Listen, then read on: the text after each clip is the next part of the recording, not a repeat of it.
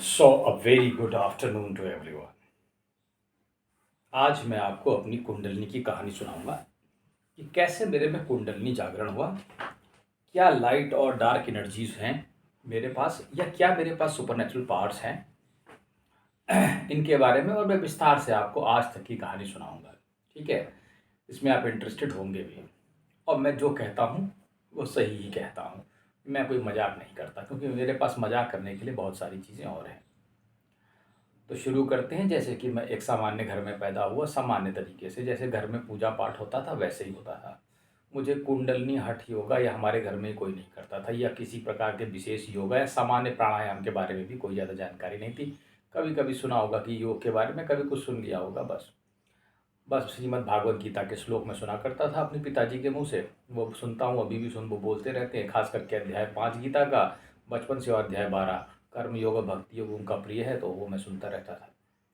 तो मेरा जीवन बिल्कुल सामान्य तरीके से था, जैसे सब लोग पढ़ते हैं वैसे मैं पढ़ता रहता था। लेकिन मेरे में थोड़ा सा सामान्यपना ये था कि मैं थोड़ा सा अलग शुरू से था, इसमें कोई दो राय नहीं है। बहरहाल इसमें इंटर तक आते आते या 12th में और ग्रेजुएशन में ऐसा जीवन में कोई विशेष अनुभव नहीं हुआ कि मैं बहुत बड़ा कोई सिद्ध चमत्कार करने जा रहा था या मुझे कोई आध्यात्म की ओर से मैं चला गया, ऐसा कुछ नहीं हुआ। मेरे ख्याल से इंटर में मेरी उम्र 16 वर्ष की रही होगी, 1996 की बात है, और 1999 तक मैंने ग्रेजुएशन किया था। तो जहाँ तक मुझे याद आ रहा है तो मैं उस समय बिल्कुल, बस मेरे में एक चीज़ थी कि मैं 5-6 घंटे पूजा किया करता था, जो सामान्य पूजा होती है, भगवान की कुछ चालीसाएँ पढ़ लिया करते थे, कुछ मंत्र जाप जैसे ओम नमः शिवाय इनका जाप कर लिया, गायत्री मंत्र का जाप किया करता था। तो जैसे घर का माहौल होता है आदमी वैसे ढल जाता है, तो उसी हिसाब से दिमाग था। लेकिन परिवर्तन आना शुरू हुआ जब 2002 के आसपास। ठीक है, 2001 2 के 1999 से आसपास, 1999 2000 इधर, 2001 उधर से थोड़ा सा जीवन में धीरे धीरे परिवर्तन अपने आप ही आता चला गया। ठीक है, तब असामान्य घटनाक्रम और ये सब चीज़ों के बारे में, जैसे कि अपने गुरु से मिलना। मेरे गुरु स्वयं श्री कृष्ण हैं, देखिए इसमें कोई दो राय नहीं है। वो नीम करोड़ी बाबा के रूप में मुझे मिले हैं। वो नीम करोड़ी बाबा जो है, आप सब जानते हैं उनके बारे में, आप यूट्यूब में सर्च कर सकते हैं। वो ही मेरा मार्गदर्शक हैं और इसके अलावा बहुत सारे और अन्य गुरु जो कि समय समय पर मुझे मार्गदर्शन करते रहते हैं। मैं किसी भी ऐसे पुरुष को नहीं जानता जो कि बॉडी शरीर में लिया हुआ हो, यहाँ पर मौजूद हो। मैंने ऐसा कोई गुरु भी नहीं बना रखा, ना मैंने किसी से दीक्षा ले रखी है, ना मैंने कुछ कर रखा है, क्योंकि मेरा सब कुछ एक ऑटोमेटिक और स्पॉन्टेनियस प्रोसेस से होता है। जहाँ तक मेरी कुंडलिनी जागरण का सवाल है, तो मेरे कुंडलिनी जागरण ऐसे हुआ था कि जहाँ तक वो मुझे बिल्कुल स्पष्ट याद है कि ये सोते हुए हुआ था। देखिए, परमपिता हर जगह व्याप्त है, मैं तुमसे वैसे भी जानते हैं, आप सभी जानते हैं, और वो निराकार है, इसमें कोई दो राय नहीं है। वो निराकार है। आप, मैं सो रहा था ऐसे ही बिस्तर में लेटा हुआ था, तो उन्होंने एक बड़ा सा चमचा होता है, वो पता नहीं क्या चीज़ थी, वो ऐसे करके अंदर गए और उन्होंने नीचे सबसे जो टेल वर्टिब्री होती है उसमें से कुछ खींच के कुछ निकाला। हल्का सा मुझे यहाँ बीच में पेट के यहाँ पे झटका सा भी लगा। फिर उन्होंने उसको मुंह से निकाल के ऐसे ऐसे पानी जैसा कुछ फैला दिया। वही मेरा कुंडलिनी जागरण था। और मेरे में तब भी मुझे कुंडलिनी का नाम नहीं पता था कि ये क्या चीज़ है। फिर धीरे धीरे करके जैसे जैसे ये क्रिया अपने आप ही होने लगी, जो क्रिया आप देखते हैं इतने सारे मेरे वीडियोस में, ये हर 3-4 दिन में एक बार हो ही जाती है। ठीक है। ये 2-3-4 दिन में या कभी कभी लगातार भी होती रहती है। अब ये कब हो जाए इसका कोई भरोसा नहीं, वो अपने आप अंदर से होती रहती है। ठीक है। तो इस प्रकार से फिर ये धीरे धीरे करके चक्रौस की धीरे धीरे करके अवेकनिंग, फिर इनको देखना, अदना चक्र क्या, फिर मैंने इनके बारे में पढ़ना शुरू किया।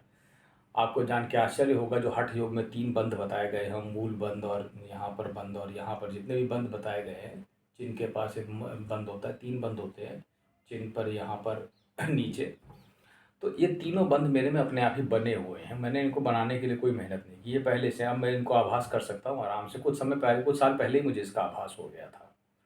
ठीक है। अब जहाँ तक सवाल ये पैदा होता है, तो देखिए मैं आपको इससे ये समझाना चाह रहा हूँ, समय समय पर जैसे एक चादर टाइप की आती है और वर्टिब्रल कॉलम पे एक पिन चुभ होती थी। ठीक है, हर चीज़ की डेट इतना स्पेसिफिक मुझे इतना याद नहीं है। वो एक कील जैसी ऐसे करके एक मारते हैं और पीछे से जब आप लेटे हैं तो आपकी वर्टिब्रल कॉलम में ऐसे ऐसे करके होल्स को वो ओपन कर देते हैं परमपिता। वो खुद ही ओपन कर देते हैं। देयर इज़ नो पॉइंट कि आपको किसी की ज़रूरत हो, बस आप में पात्रता होनी चाहिए, मैं आपसे कहता हूँ। वो एक निराकार चद्दर आपके ऊपर आके बैठेगी और वो आपके ऊपर अपने आप ही सब कुछ करती रहेगी। आपको समझ में नहीं आएगा क्या है, वो बहुत भारी होता है, 12, ये मैं आपको बता देता हूँ। ठीक है, ये सब बहुत ही काफ़ी काफ़ी आपको डरावना भी लग सकता है, ये काफ़ी घबराहट आपको हो सकती है, लेकिन इसमें कोई घबराने की ऐसी विशेष आवश्यकता नहीं है। समय-समय पर आपको कुछ न कुछ चीज़ें लोग विज़िट करते रहते हैं, कोई सामान्य बात है, कोई घबराने की बात नहीं है। वो सब निरशरीरी होते हैं, उनमें किसी के पास शरीर नहीं होता, ऐसे कुछ न कुछ कोई न कोई आता रहता है, ठीक है? उसमें ना आपको ये चिंता करने की ज़रूरत है, ना कुछ है, ये जागरण में अपने आप आपके स्वतः ही शक्तियाँ आती रहती हैं, आपको आशीर्वाद देती है या जो भी उस प्रोसेस को कैसे आगे बढ़ाना है, उसको करती रहती हैं। कभी कोई आपकी गर्दन को सीने लगता है, कभी कोई कुछ करने लगता है, कई सारी चीज़ें जैसे सुई धागे से एक दिन मैं देख रहा था, कोई रात में एक सिला जा रहा था मेरी गर्दन को, ठीक है? तो चीज़ें होती रहती हैं, वो काफ़ी अजीब-अजीब सी होती है, उनको समझना बिल्कुल उसमें सब दिमाग लगाने की ज़्यादा आवश्यकता नहीं है, ना उनसे कोई घबराने की आवश्यकता है। बहरहाल इस प्रकार से वर्ष 2006 से 7 की बात होगी या 6 की बात होगी, मैं एक किताब पढ़ रहा था, autobiography of a yogi by Paramahansa Yogananda. मेरे जो चचेरे भाई हैं राजेश पांडे, जो सीआरपीएफ में भर्ती मतलब हैं उस इस समय कमांडेंट, इस समय पोस्टिंग उनकी दिल्ली में है शायद, अब ट्रांसफ़र उनका वहाँ हो गया है, वाइज़ैग में हो गया, विशाखापट्टनम शायद अब वो लोग चले गए भैया, शायद के चले गए हैं। तो वो वहाँ पे भैया ताऊ जी के यहाँ मेरे कुछ किताबें रखी हुई थी, उसमें से एक किताब तो श्री एम वाली किताब भी भैया ने मुझे दिखाई थी, हिमालय के योगी। उस समय मैंने उस पर कोई ध्यान नहीं दिया था, लेकिन ऑटोबायोग्राफी ऑफ अ योगी मैं खरीद लाया था वो बाद में उनके कहने से। तो वो ऑटोबायोग्राफी ऑफ अ योगी मैं पढ़ रहा था। तब उस किताब को मैं बैठ कर के पढ़ रहा था अपने मंदिर में, तब मैं आपको बताता हूँ कि ब्लू एनर्जीज़ क्या होती है। एनर्जी क्या है ना, तो ब्लू एनर्जी जो है ना वो आसमान से मेरे ऊपर गिरी हुई है, ठीक है? इसमें कोई दो राय नहीं है, आसमान से भी बहुत सारी एनर्जीज़ गिर सकती हैं। ये भी हो सकता है जीवन में आपको हर चीज़ के लिए अपने दिमाग को पूर्णतः खोल के रखना होगा, क्योंकि ऐसी कल्पना कोई कर नहीं सकता। ये बहुत अजीब-सी थी। ये मेरी एक विचित्र यात्रा के बाद है, जो मैंने एक वीडियो बनाया था उस यात्रा के बारे में। उस वीडियो को आप देखिएगा कि मेरी एक विचित्र यात्रा थी, उस यात्रा के आने के बाद ऐसी घटनाक्रम हो गया था।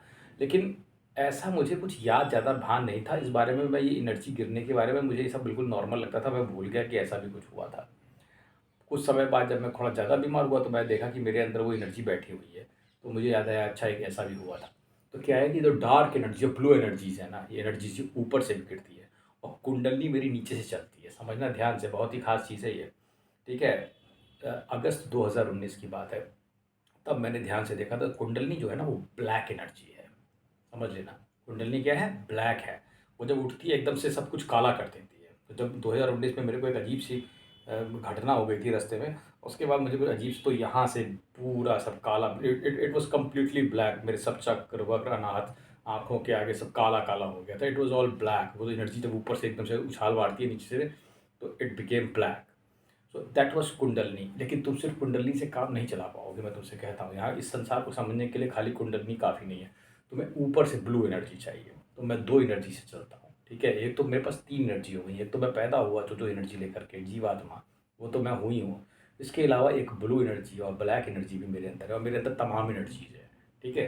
तो जो ब्लैक एनर्जी है, जो कुंडलिनी की, वो ऊपर से चलती है, और जो ब्लू एनर्जी है वो सर पे पूरे शरीर में बैठी हुई है।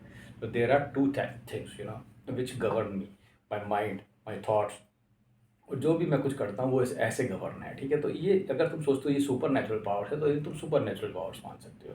लेकिन ये बड़ी कोई खास चीज़ नहीं है, ये एक सामान्य प्रक्रिया है कि अगर आपके अंदर कुछ पात्रता है तो आपके पास तमाम किस्म की शक्तियाँ अपने आप ही आप खींच लेते हैं। That is what is there is, वो आपके पास अपने आप ही आती है। वहाँ पे लोग बैठे हैं, यहाँ पे एक अच्छा आदमी ढूँढने के लिए पृथ्वी पर, कि जो खाली हो, जिसके पास ज़्यादा दिमाग ना लगाता हो, उसके पास चला जाए, चलो कुछ पृथ्वी का ही कुछ करते हैं, ठीक है? उसे कुछ नॉलेज ही दी जाए। एनीहाउ, तो इस प्रकार से अब आज की डेट पर है 2022, मेरे ख्याल से आज 25 तारीख है, 25 सितंबर 2022। अभी भी ये प्रोसेस चल रहा है, ठीक है? It's not yet completed. अभी भी मैं बोल रहा हूँ, मैं आपको बातें कर रहा हूँ, ये अभी भी चल रहा है और ये ऐसे ही चलता रहेगा, ठीक है?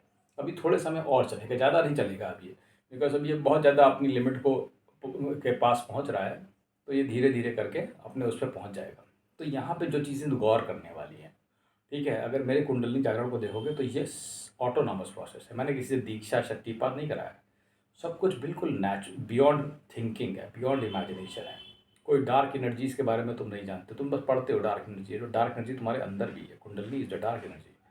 दूसरी ब्लू एनर्जीज़ हैं, जो ब्लू एनर्जी ऊपर से आती है, ठीक है? इन 2 एनर्जी के कॉम्बिनेशन से तुम चीज़ों को समझ सकते हो, इस संसार को। इतना आसान नहीं है। तुम सोचते हो कि मैं एक नॉर्मल आदमी हूँ ना, बिल्कुल नहीं। मेरे पास सुपरनैचुरल पावर्स हैं। इसमें कोई शंका नहीं है, there is no doubt about it.